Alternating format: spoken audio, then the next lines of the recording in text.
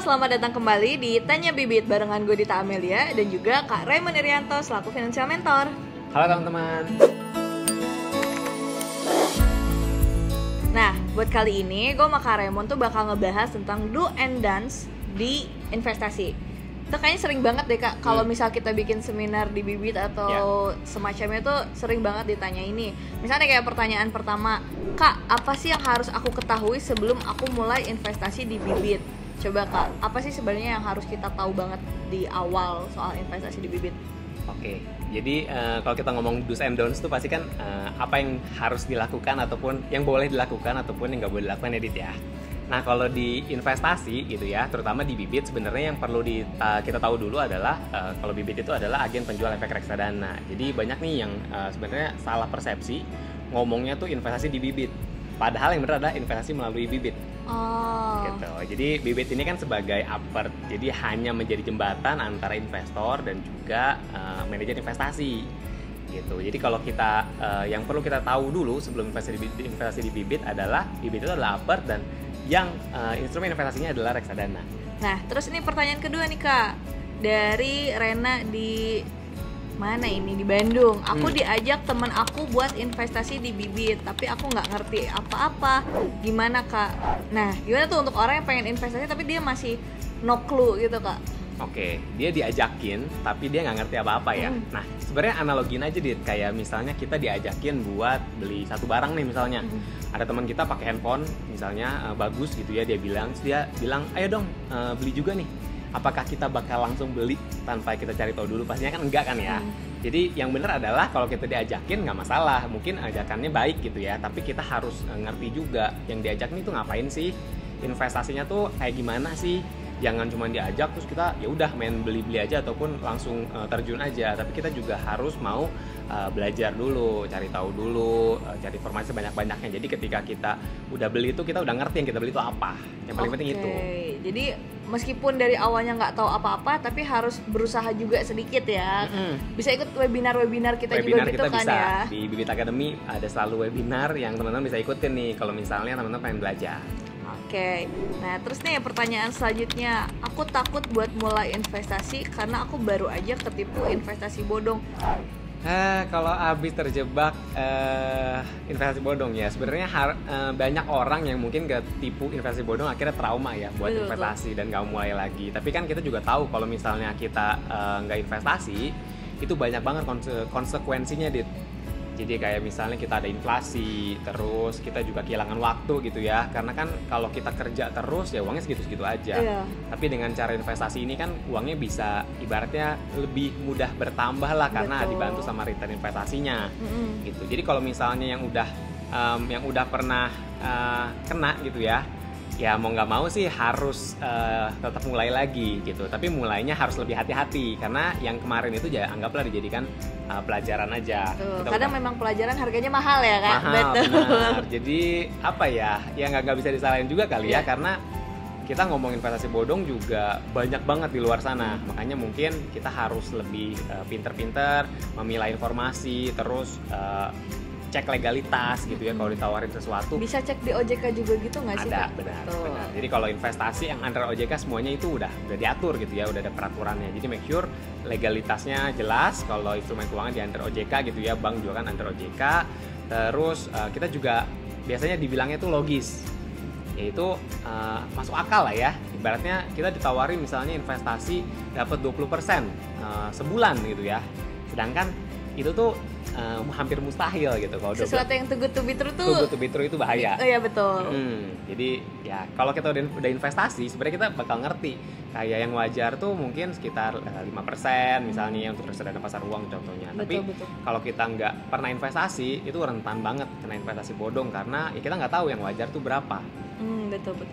Nah itu nyambung nih Kak sama pertanyaan selanjutnya dari Aldo di Ciledug. Katanya gimana caranya supaya aku nggak ketipu investasi bodong lagi. Nah kalau tadi kan dia baru aja ketipu, nah ini biar dia nggak kena investasi bodongnya biar itu nggak tadi. kena lagi. Nah mungkin mirip-mirip sih sama yang tadi gue udah bilang kali ya. Jadi yang pertama adalah kita harus cek legalitas dulu, Din. Jadi nomor satu legalitas dulu, kita make sure ini tuh investasinya bener-bener ada izinnya nggak sih. Terus pihak yang menawarkan investasinya itu berizin nggak sih, itu pasti. Yang nomor dua adalah kita harus cek logis apa enggak tadi. Jadi yang dia kasih tuh wajar nggak sih, dan kita tahu nggak sih itu keuntungan dapat dari mana. Kayak tadi misalnya dapat 20% per bulan, itu dapatnya dari mana ya? Dia tuh diapain ya, uang kita yang kita taruh nih 1 juta gitu ya, misalnya bakal dapat 20%, berarti kan 200.000 dalam waktu 1 bulan. Itu dapatnya dari mana sih?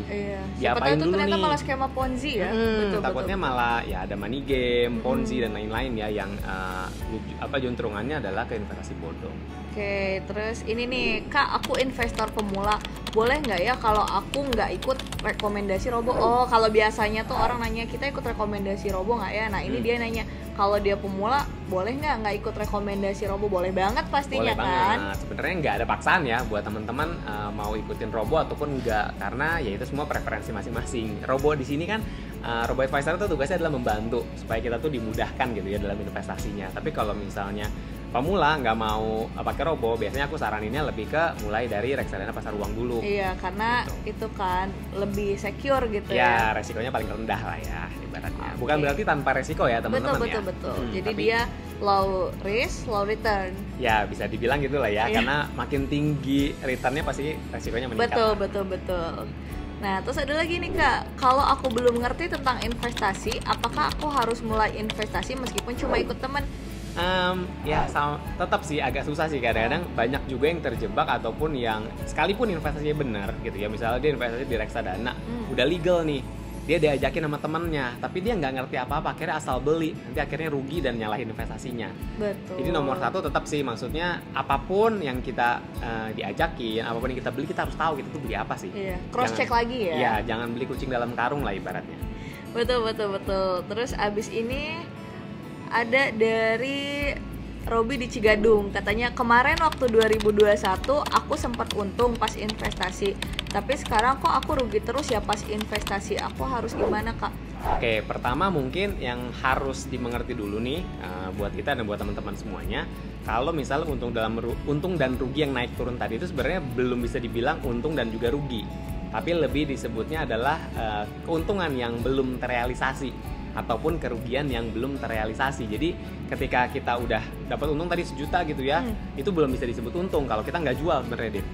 Jadi masih dibilangnya adalah tadi ya, atau di bahasa Inggrisnya adalah floating gain gitu misalnya, floating profit gitu ya. Nah kalau itu tuh ya kalau belum dijual kita nggak akan untung. Sama ketika kita rugi nih, mau rugi 1 juta, 10 juta, 100 juta, itu nggak akan rugi kalau kita nggak jual sebenarnya, karena memang market kan naik turun.